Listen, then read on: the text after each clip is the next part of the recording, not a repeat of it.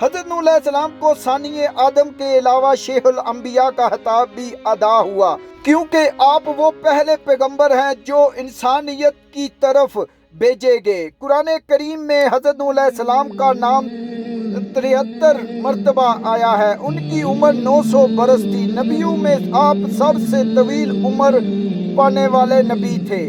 حضرت نوح علیہ السلام موجودہ عراق میں آباد ایک قوم کے پاس نبی بنا کر بھیجے گئے۔ جب آپ کی تبلیغ کے باوجود بھی قوم نے سرکشی نہ چھوڑی تو اللہ تعالیٰ سے آپ نے اپنی قوم کے لیے عذاب مانگا۔ اللہ نے آپ کو ایک کشتی بنانے کا حکم دیا۔ 2 سال کی مدت میں کشتی تیار ہوئی، جس کی لمبائی 300 گز، چوڑائی 50 گز، جبکہ اونچائی 30 گز تھی۔